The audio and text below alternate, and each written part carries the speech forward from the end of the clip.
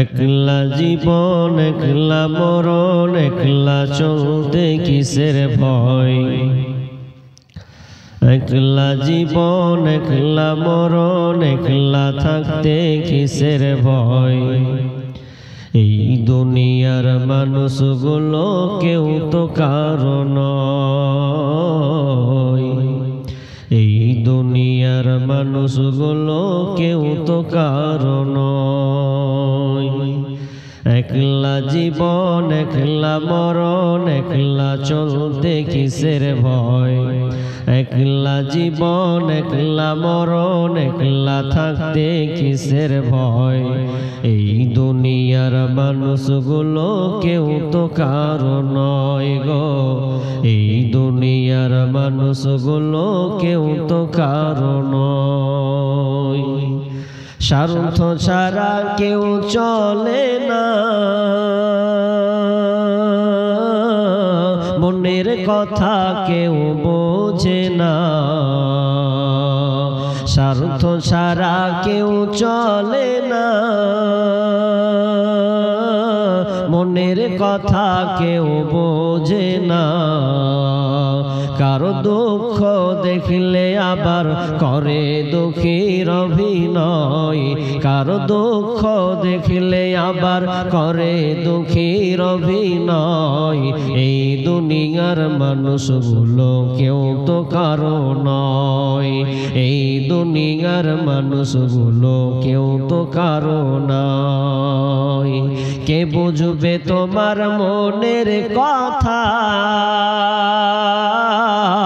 মুছে দেবে সকল ব্যথা যে বুঝবে তোমার মনের কথা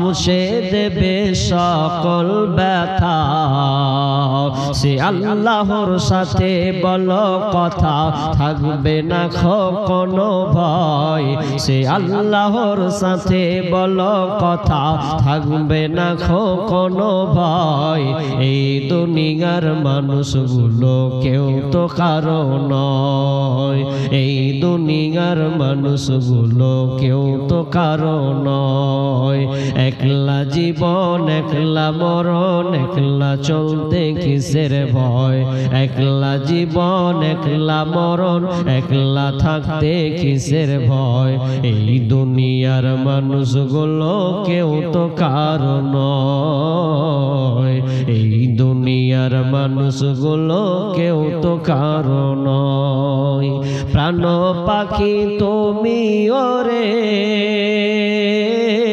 আপন আপন বলিস কারে প্রাণ পাখি তুমি ওরে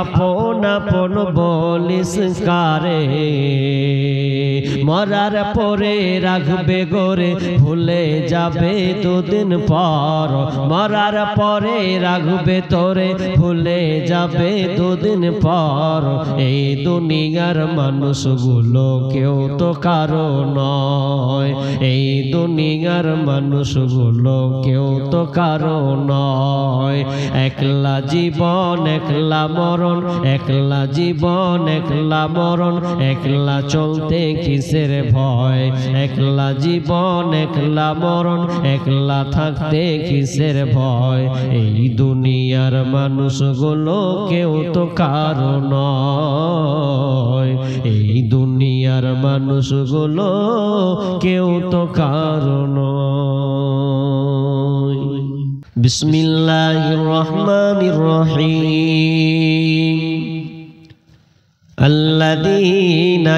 الذين يؤمنون بالغيب ويقيمون الصلاة ومما رزقناهم ينفقون রব্বুল আলামিন বলেন আল্লাযীনা যারা আল্লাযীনা ইউমিনুনা বিল গায়বি যারা গায়বের প্রতি ঈমান এনেছে ওয়াদিসের প্রতি ঈমান এসেছে ওয়া ইউকিমুনাস সালাহ আল্লাযীনা ইউমিনুনা বিল গায়বি ওয়া ইউকিমুনাস সালাহ ওয়া মিম্মা রাযাকনাহুম ইউনফিকুন তারা যেন এবং তারা সালাত কায়েম করে ওয়া মিম 3 নাম্বার আল্লাহ সুবহানাহু ওয়া তাআলা বলেন এবং তারা যেন নিজের রুজি থেকে আল্লাহর রাস্তায় খরচ করে যাদের মধ্যে এই 3টা গুণ থাকবে তারাই হচ্ছে মুমিন। শুধু আপনি গায়েবের প্রতি ঈমান আনবেন নামাজ পড়বেন দান করবেন না তাহলে আপনার পরিপূর্ণ আপনি ঈমানদার হতে পারেননি। মানুষ যখন জাহান্নামে যাবে তো জাহান্নামীদেরকে যখন জিজ্ঞাসা করা হবে হ্যাঁ গো মা সালাকাকুম ফি সাকার তোমরা জাহান্নামে সাকার নামক জাহান্নামে যে অবস্থান করেছ কি কারণে তোমরা জাহান্নামে তোমরা এলে বলো তোমাদের কারণটা কি কিসের কারণে তোমরা এই জাহান্নামে অবস্থান করেছ কিসের কারণে আল্লাহ নারাজ হয়ে আছে যে যার কারণে তোমরা এই সাকার নামক জাহান্নামে তারা বলবে না চুরি করেছিলাম বলে জাহান্নামে ঢুকেছি রাহাজানি করেছিলাম বলে জাহান্নামে ঢুকেছি ডাকাতি করেছিলাম বলে জাহান্নামে ঢুকেছি রোজা রাখি নাই বলে জাহান্নামে ঢুকেছি না না না বরং তারা বলবে ক্বালু লাম নাকু মিনাল মুসাল্লিন তারা প্রথমে একটা কথাই বলবে যে আমরা সালাত আদায় করতাম না সালাতকারীদের অন্তর্ভুক্ত ছিলাম না এক কথায় আমরা নামাজে পা বাঁধছিলাম না আর দ্বিতীয় নম্বর আমরা মিসকিনদেরকে আহার দিতাম না খাদ্য দিতাম না এক কথায় তাদেরকে আমরা ভৎসনা করতাম তাড়িয়ে দিতাম না না আপনি তাদেরকে তাড়াতেও পাবেন না আল্লাহ নবীকে বলছেন নবী হে ফাআম্মাল ইয়াতীমা ফালা তাকহার আপনি ইয়াতীমকে ইয়াতীমদেরকে আপনি তাদের উপরে কঠোর হবেন না এবং আপনি মিসকিনদেরকে আপনি ভৎসনা করে তাড়িয়ে দিবেন না আর এটা করবেন না কারণ আমি আল্লাহ আমি আপনাকে ইয়াতীম অবস্থা আপনাকে আমি ইয়াতীম বানিয়েছি তাহলে অত্র আয়াত থেকে আমরা জানতে পারলাম গরিবদের ব্যাপারে এত জটিলতা করা হয়েছে গরিবকে আপনি তাচ্ছিল্য করতে পাবেন না আপনি যতই আপনি এমপি মন্ত্রী এমএলএ হোক না কেন গরিবের যেটা হক আছে অধিকার আছে ওটা আপনাকে দিতে হবে যদি আপনি তার অধিকারটা না দেন যদি আপনি তাদেরকে ভৎসনা করে দেন যদি আপনি তাদেরকে মাহরুম করে দেন তাহলে সেই দিন হয়তো আপনি জাহান্নামে থাকবেন তখন সেই দিন আফসোস করবেন আর উত্তর দেবেন আমরা মিসকিনদেরকে খাদ্য দান করতাম না এই জন্য আজকে আমরা জাহান্নামে এসেছি গরিবের অধিকার আমাদের সমাজে জানেন মানুষ সব সময় খালি নেতার কথা বলে নেতা সব লুটে নিলেবে কিছু দিলে না মেম্বার প্রধান এমএলএ এমপি গেল দিয়ে 12টা বাজিয়ে দিল কিন্তু নিজে যে গরিবের হক মেরে রেখেছে ওখানে খোঁজ আছে মেম্বার প্রধানকে বাদ দাও আগে নিজের জায়গায় দেখো আপনি গরিবের কি হক রেখেছেন আপনাকে একটা একটা করে বলো বিস্তারিত বলছি না যেমন গরিবের হক একটা থেকে কোনখান দিয়ে শুরু করব আচ্ছা যাকাতুল ফিতর দিয়ে শুরু করি এক নাম্বার দি যাকাতুল ফিতর এই যাকাতুল ফিতর মানে ফিতরা যে দিবেন এটা ফরজ কেন করা হলো কেন ফরজ করা হলো ইবনে আব্বাস থেকে হাদিসটি বর্ণনা করছেন, যাকাতটা যাকাতে এই ফিতরাটা কেন ফরজ করা হয়েছে? দুইটা কারণে। ওয়াসিলতা বেহায়াপনা যদি আপনার রোজা রাখতে রাখতে হয়ে যায়, আপনার মধ্যে যদি ওয়াসিল কার্যকলাপ যদি হয়ে যায়, ওয়াসার বাক্যলাপ যদি হয়ে যায়, তাহলে আপনার এই রোজাটাকে পবিত্র করার জন্য এই যাকাতুল ফিতর আপনার কিনা ফরজ করা হয়েছে। নাম্বার 2, ওয়া তুরমাতাল লিল মাসাকিন, এবং মিসকিনের খাদ্য অধ্যয়ন, অর্থাৎ আপনি মিসকিনকে খাবার দিবেন। এই দুইটা কারণে এই যাকাতুল ফিতর ফরজ করা হয়েছে। দুইটা কারণ পেলাম। আমি ভেজাল লাগা কথা বলতে পছন্দ করি না, আর আমার যোগ্যতা অতটা নেই। তবে আপনাকে যে হাদিসটা আছে ওটা আপনাকে বলছি, ভালো করে শুনেন। যারা ফিতরা দিবেন, এখন আপনি টাকা দিবেন না আপনি খাদ্য দিবেন, এখানকার ভালো জায়গা হচ্ছে মাদ্রাসা। ফতোয়া নিয়ে নেবেন ভালো করে। তবে কথাটা হচ্ছে, আল্লাহ আপনাকে বিবেক বুদ্ধি দিয়েছেন, আপনি চিন্তা করবেন, কারণ আপনি যখন নিজের হাতে দিচ্ছেন। তবে একটা হাদিস আপনাকে বলবো, এটার উপরে আমল করতে হবে। যেই হোক, আমাকে ভালো বলেন আর খারাপ বলেন, আমরা কিন্তু হাদিসের উল্টোটা করছি বর্তমানে। এর জন্য প্রকৃত মিসকিনের হক আমরা মেরে দিছি, মারছি না। হাদিস বলি চলেন। হাদিসটি বিশ্বনবী বলছেন, আমারা বিযাকাতুল ফিতরি, তিনি আমাদেরকে আল্লাহ রাসূল নির্দেশ দিয়েছেন, আদেশ করেছেন, বিযাকাতুল ফিতরি ক্বাবলাল খুরুজিন নাসি ইলা সালাহ। যখন আর আল্লাহ রাসূল বলছেন, আদেশ করেছেন, নামাজের পূর্বে, ঈদের নামাজের পূর্বে তোমরা যাকাত ফিতরাটা যেটা আছে তোমরা আদায় করে দাও। ঈদের মাঠের যাওয়ার আগে আগে গরিবদেরকে তুমি পৌঁছে দাও, যাদের হক তাদেরকে দাও। কারণটা কেন? এখানে অধিকারের কথা কিন্তু আছে, মিসকিনদের কথা কেন এখানে বলা হয়েছে? মিসকিনরা সেই দিন যেন তারাও আপনার সঙ্গে যেন আনন্দ উল্লাসে মেতে যায়, সেদিন যেন তাদেরকে দাঁড়ে দাঁড়ে ঘুরে বেড়াতে না হয়, সেদিন যেন হাত পাততে না হয়, তারাও যেন আপনার সাথে সামিল হয়ে তারাও যেন নিজের ঈদটাকে উদযাপন যেন করতে পারে, আনন্দ উল্লাস করতে পারে, তার বাড়িতে যেন উনুন হাড়িটা যেন জ্বলে। এই জন্য প্রত্যেকটা ব্যক্তিকে খেয়াল রাখতে হবে। বিশ্বনবী বলছেন যে তোমরা যারা যাকাত দাও তারা ঈদের মাঠে যাওয়ার আগে আগে গরিবদের পৌঁছে দাও। আমরা কি করছি? সর্দারকে দিয়ে দিয়েছি, সর্দার বুঝে নেবে নাকি? সর্দারকে দিয়েছি, সর্দার বুঝে নেবে। গত পরশুদিনকে এক সর্দারের সঙ্গে গল্প করছি, গল্প করতে করতে করতে আমি বললাম যে দাদা কি করেছেন এবার? যে দুটা নিয়ম করেছি। কি করেছেন? যে যার মনে হয় চাল দেবে, যার মনে হয় টাকা দেবে। ভালো করেছেন, যাক একটা ভালো। যে চাল দিবে তো আবার আবার বলে দিয়েছে চাল আমি বইতে পারবো না, যে চাল দিবি সে দিয়ে দিবি। তার আগেবার চাল করেছিল, তো করতে যে কি হয়েছে, ও সবটি বস্তা বাড়িতে ভরে রেখে দিয়েছে, দিতে যায়নি। এখন ঈদের পরে কাকে দিয়ে বাড়াবো? ভুলটা তো ওখানেই আছে। আপনাকে চাউল দিল তো আপনি রাখলেন কেন? না পারবেন তো বলে দেন যে আপনার হক আপনি দিয়ে দেন ধরে। কিন্তু মেন জায়গায় নয়। ওই একজন সর্দার পুরো চুল আপনার কিনা 20 থেকে 25 বস্তা চাল কেসে নষ্ট করেছে। কিন্তু না না না না, যদি আপনি দেন তাহলে আপনি পারলে নিজে তালাশ করে দেন অসহায় যারা আছে। আপনি ভাবছেন যে যে চাইতে আসবে তাকেই দিতে হবে, এমনটা নয়।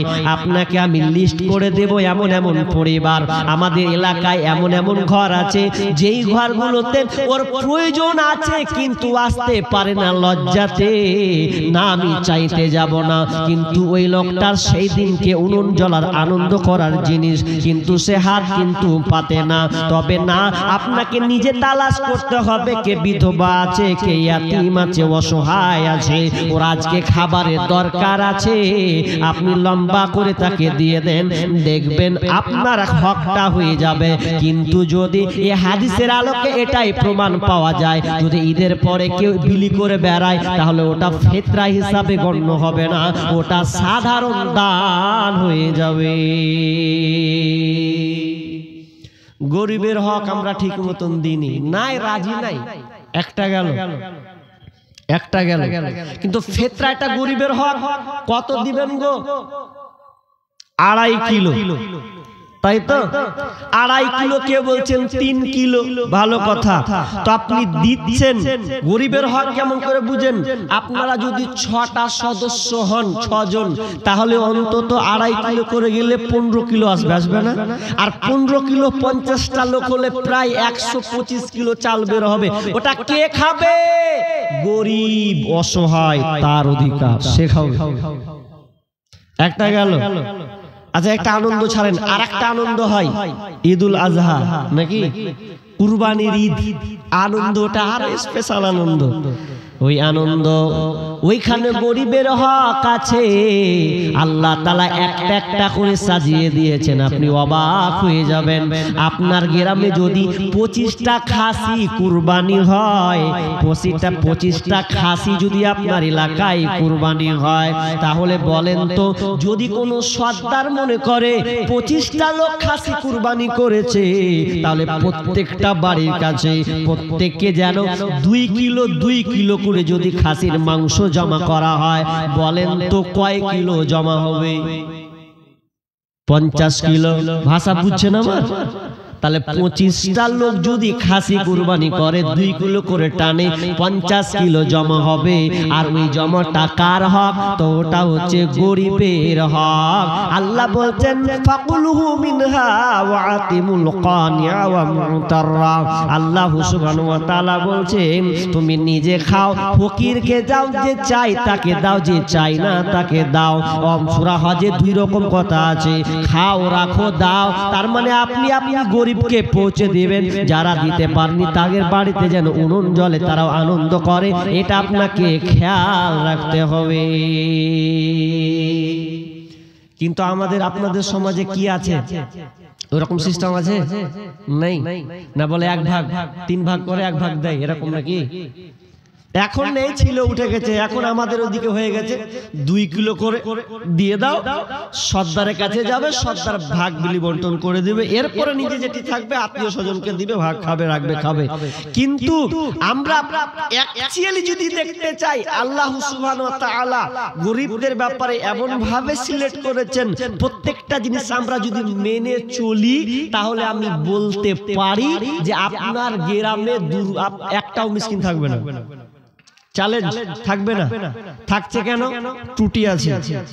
একটা কথা বলি, আপনার পাঞ্জাবি যারা বুঝেন, পাঞ্জাবি, ওদের পাগড়ি দেখেছেন তো? পাঞ্জাবিদের একটা বৈশিষ্ট্য আছে, ওরা ইসলাম ওইটাকে ওরা নিয়ে নিয়েছে, ইসলামের থিওরিটাকে ওরা নিয়ে নিয়েছে, আদর্শ তারা নিয়েছে। কি? ওরা যদি 4 ভাই হয়, 4 ভাই, তো 4 ভাই, 3 ভাই ভালো পয়সাওয়ালা, একটা ভাই অচল। 3 ভাই কি বলবে জানেন? 3 ভাই বলে, এ তো আমার মায়ের পেটের ভাই, আমাকে 3 ভাইকে আল্লাহ পয়সাওয়ালা করেছে, আমার ছোট ভাইটা অচল, মেজো ভাইটা অচল। এক কাজ কর, 3 ভাই মিলে টাকা উঠাবো, টাকা উঠিয়ে ছোটকে একটা ছোটখাটো একটা কাজ দিব, একটা দোকান দিব, আর কিছু দিব, যাতে আমার এই ভাইটা চেয়ে যেন না বেড়ায়। এটা পাঞ্জাবিদের বৈশিষ্ট্য, এটা করে ওরা। আর আমাদের কি লেছড়া বাড়াগা, ছেছড়া বাড়াগা, ব্যাপার নেই, ওর নিজেরটা দেখছে, তুই কি করবি, মোরগা যা করবি তা করগা, গুরুত্ব নেই। আমরা ইসলামকে মানতে শিখিনি না। ইসলাম সাম্যের দিন, গরিবের হক আপনাকে বুঝিয়ে দিতে হবে। আপনি শুধু নামাজ পড়বেন এমনটা নয়। আল্লাহ বলছেন ওয়াকিমুস সালাহ ওয়া আতুজ যাকাহ ওয়ারকাউ মা'আর রাকিঈন। তোমরা যেমন, আল্লাহ বলছেন তোমরা সালাত কায়েম করো, ওয়া আতুজ যাকাহ, তোমরা যাকাত আদায় করো, যাকাত প্রদান করো, ওয়ারকাউ মা'আর রাকিঈন, এবং রুকুকারীদের সঙ্গে তোমরা রুকু করো। ব্যাখ্যা করব না, সময় নেই, আমি আয়াতটা তরজমা করলাম। কি? নামাজ কায়েম করো, যাকাত দাও। আচ্ছা, একটা হলো, তাহলে একটা একটা করে বলছি। এবার চলেন যাকাতের ব্যাপারে কিছু কথা বলি। আমার এই বিষয়টা মনে হয় প্রায় 2.5 ঘন্টার উপরে আছে। আপনাকে সংক্ষেপে বলছি কি, যে যাকাত, এই যে আপনার মালকে আপনি পরিশুদ্ধ করবেন। আজকে বর্তমানে যাকাতটা এমন হয়ে গেছে, লোকের কাছে ভারী হয়ে গেছে, অথচ আপনাকে যাকাতের ব্যাপারে কিছু তথ্য দেব, বিস্তারিত নয়, সংক্ষেপে তথ্য দিব। আপনি নিজে নিজে বিবেকে ভাববেন যে আমার উপরে যাকাত ফরজ হয়েছে কিনা। একবার ভাববেন, ভাবতে হবে আপনাকে, কারণ আপনি নামাজ পড়বেন আর যাকাত দিবেন না, এত সস্তা নয়। আপনি বাঁচতে পারবেন না, টিকতে পারবেন না কিয়ামতের মাঠে। আপনি জমা করে রাখছেন, দিচ্ছেন না, আপনি দিচ্ছেন না, তো কি হবে আপনার কবরে? আল্লাহ বলছেন, ওয়াল্লাযীনা ইয়াকনিজুনায যাহাবা ওয়াল ফিজ্জাতা ওয়া লা ইউনফিকুনাহা ফী সাবিলিল্লাহি ফাবাশশিরহুম বিআযাবিন আলীম। দে যাকাত, দে যাকাত, তোরা দে রে যাকাত, যে যে দে যাকাত, দে যাকাত, তোরা দে রে যাকাত। তোর দিল খুলবে পরে, আগে খুলুক হাত। তোর দিল খুলবে পরে, আগে খুলুক হাত। দে যাকাত, দে যাকাত, তোরা দে রে যাকাত। দে যাকাত, দে যাকাত, তোরা দে রে যাকাত। এখানে গরিবের হক, যাকাতটাকে আমরা গুরুত্বপূর্ণর সঙ্গে দেখি না। যখন আল্লাহ রাসূল যখন ইন্তেকাল করেন, যখন মারা যায়, মারা যাওয়ার পরে কয়েকটা ঝামেলা সৃষ্টি হয়েছিল, তার মধ্যে যাকাতটা একটা ঝামেলা সৃষ্টি হয়েছিল। আল্লাহ রাসূল মরার পরে ঝামেলা অনেক, তার মধ্যে যাকাত, অনেক মানুষ যাকাতকে অস্বীকার করেছিল। তখন আমিরুল মুমিনিন প্রথম খলিফা আবু বকর রাদিয়াল্লাহু তাআলা আনহু, তিনি দেখছেন অনেক মানুষ যাকাতকে অস্বীকার করছে, যাকাত দিবে না বলে। তখন তিনি শুনতে পেলেন, তখন তিনি আবু বকর উমরকে ডাকলেন, উমর দেখো তো কোন জায়গায় যাকাত তারা আদায় করে না, যাদের উপরে যাকাত ফরজ হয়ে গেছে যাকাত আদায় করে না, তাদেরকে হত্যা করতে হবে, তাদেরকে চালিয়ে দিতে হবে, শেষ করে দিতে হবে। আমি তখন উমর রাদিয়াল্লাহু তাআলা বলছেন, আমিরুল মুমিনিন, আপনি যে হত্যার কথা বলছেন, কাতালের কথা বলছেন, তাদেরকেও কাতাল করে দিতে হবে। আপনি কথাটা একটু ভাবুন তো, তারাও কিন্তু নামাজ পড়ে, তারাও কিন্তু আল্লাহকে ভয় করে, তাহলে ওদেরকে আপনি কেমন করে কাতাল করবেন? আবু বকর বলছেন, যখন বিশ্বনবী বেঁচে ছিলেন তখন তো তুমি বাঘের মতন দেখতে লাগতো তোমাকে, এখন তুমি হয়ে গেছো সাপনা গরুর মতন, যেন তোমার হয়ে গেছে ভেড়ার মতন। না না না, তোমার দ্বারাতে কোনো কাজ হবে না। আলী যাও, যারা যাকাতকে অস্বীকার করেছে, যাকাত দেয় না, তাদেরকে একটা একটা করে সাই সাই করে চালিয়ে দাও, একটা করে টিকানো যাবে না। যখন এলান করে দেওয়া হলো, ঘোষণা করে দেওয়া হলো, কেউ বাঁচবে না, বাঁচবে না, সবাই ভয়ে ভয়ে ভয়ে ভয়ে, না না না আমরা ভুল করেছি, না এটা আমরা অন্যায় করেছি। তখন তারা নিজের যাকাত, নিজের সম্পদ থেকে, নিজের অর্থ থেকে তারা যাকাত বের করতে লাগলে। মুসলমান হলেও বলছে সাই করে চালিয়ে যাবে, রাখা যাবে না। কিন্তু আমরা যাকাত দিচ্ছি না। যাকাতের মাসলা মৌলভী সাহেব আপনাদের বলেনি? বলেছে, গুরুত্ব নাই। কেমন, কত পরিমাণ হলে আপনাকে যাকাত দিতে হবে, কত পরিমাণ জানা আছে তো আপনাদের? জানা আছে, কিন্তু মৌলভীরা বলছে, আপনি বের করেছেন এদিকে, অথচ মিনিমাম, ভালো করে শুনেন, দুটা জিনিস আপনাকে বলছি। যদি সোনা আপনার কিনা 7.5 ভরি হয়, স্বর্ণ সোনা, আর রূপা চাঁদি যদি 52.5 তোলা হয়, মিনিমাম 595 গ্রাম, তো সে আগেকার সময় সোনা এবং চাঁদি একই ভ্যালু, ওটা যা দাম, এই চাঁদির তার দাম এক বরাবর, সমান সমান। এই জন্য মুহাদ্দিসিনে কেরাম প্রাধান্য দিয়েছেন, বেশি ভ্যালু করতে বলেছেন চাঁদি 52.5 তোলা, 595 গ্রাম। আচ্ছা 52.5 তোলা এখন বর্তমান দাম কত ভাই? কত হবে? 60,000 হবে তো নাকি মিনিমাম? তাহলে বর্তমান চলতি রেট যদি বলা হয়, তাহলে ধরে নিলাম 60,000, 52.5 তোলা একটা দাম 60,000। আচ্ছা, আর কতদিন? 1 বছর যদি পরিপূর্ণ হয় আপনার সম্পদ, যদি এইরকম 60,000 টাকা আপনার জমা থাকে বাড়িতে, তাহলে আপনাকে যাকাত দিতে হবে। এবার আপনার সঙ্গে আমার কথা, এরকম লোক আছে যে 60,000 টাকা ওর বাড়তে ঘুমিয়ে নেই, এখন বলবেন এখন যদি এই বিলাসপুরের পাশে যদি এখানে জমি বিক্রি হয় কিনা, সালা আমার বাড়ির পাশে জমি হবে ছাড়াইবে না, তখন ও 4-5 লাখ টাকা ধার ধারিয়ে বের করবে। কোথায় আছে? তাড়াতাড়ি করে বের করবে, তখন যেমন করে হোক টাকা বের হবেই। কত লোকের টাকা ঘুমাই, তাহলে 60,000 টাকা আপনার বাড়িতে ঘুমাচ্ছে। এখন যদি বলেন মৌলভী সাহেব 60,000 টাকা আমার কাছে 1 বছরে পরিপূর্ণ থাকে না, এর মেয়াদ থাকে না, পরিপূর্ণ হয় না, 1 বছর আস্তে না আস্তে কমে যায়, শেষ হয়ে যায়, তাহলে আপনাকে যাকাত লাগবে না, আপনাকে দিতে হবে না। কিন্তু যদি আপনার কাছে 60,000 টাকা প্রতি বছর ঘুমাই, তাহলে গরিবের হক হচ্ছে 40 ভাগের 1 ভাগ আপনাকে দিতে হবে, 2.5 টাকা আপনাকে বের করতে হবে। কিন্তু আমরা বের করি না, বের করেন না বলে তো অশান্তি।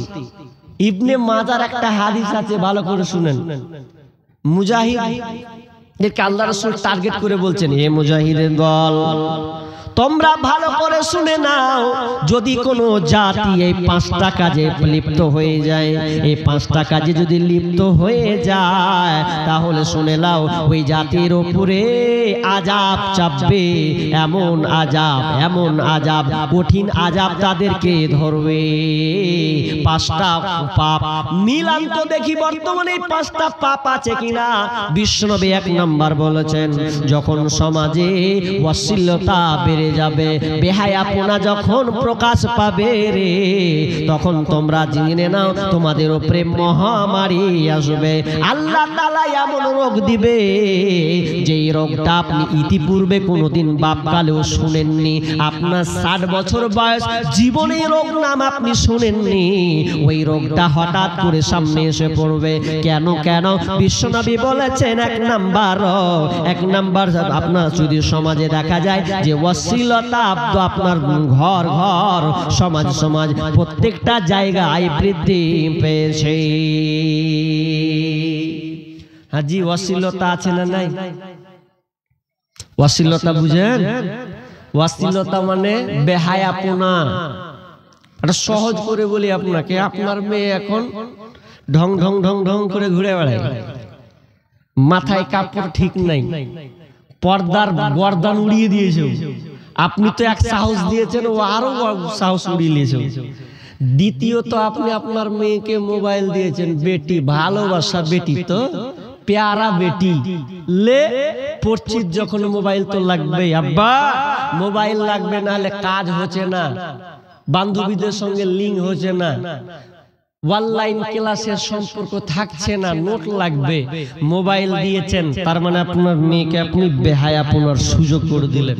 কথাটা বারবার বলি, আজকে এখানে বলি। একজন দার্শনিক পোস্ট করছেন, লিখছেন, রাইটার, তিনি ফেসবুকে পোস্ট করেছেন, বলছেন কোন বাপ কোন মা যদি মেয়েকে মোবাইল দিয়ে দেয় বিয়ের আগে, স্কুল লাইফে কোন মা যদি মেয়েকে মোবাইল দেয়, তাহলে জেনে নিতে হবে ওই মা, ওই বাপ মেয়ের জন্য পরপুরুষের জায়গা করে দিল। কথাটা খুব দামি, আপনি কোন মনে লিখেন আমি জানি না, কিন্তু আমি বাস্তবতা যা দেখছি ওটাই। কোন বাপ মা যদি মেয়েকে মোবাইল দিয়ে দেয়, তাহলে জেনে নাও যে ওই বাপ মা ওই মেয়েটার জন্য পরপুরুষের জায়গা করে দিল। আপনি বলেন আমার মেয়ে ভালো, তো বাড়ি থেকে বের হয় না, তো ঘরের ভেতরে পরপুরুষের জায়গা হবে।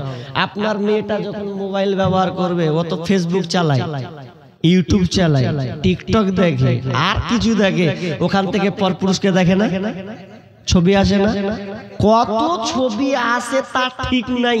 তো আপনি ওই মেয়েকে আপনি রুখতে পারবেন? রুখতে পারবেন না, পারবেন না, পারবেন না। এই মোবাইলে এত বড় ক্যান্সার, এবছর আবার একটা গাজার লিখেছে, এবছর, এটা তো কদিন হলো, বেশি দিন হয়নি। তো এইটা এমন একটা ভাইরাল হয়ে গেছে, মানে ভাইরাসে পরিণত হয়েছে, আপনি বিবিকেও ঠেকাতে পারবেন না। আপনি বিবির উপরে ভরসা করছেন, মোবাইল যদি দিয়ে ওকে ছেড়ে দেন ওপেন, যদি আপনি গুরুত্ব না দেন, তাহলে ওই স্ত্রীও পাল্টে যাবে, আপনি বুঝতে পারবেন না। পরে আপনি বুঝবেন যে আমি কত বড় অপরাধ করলাম।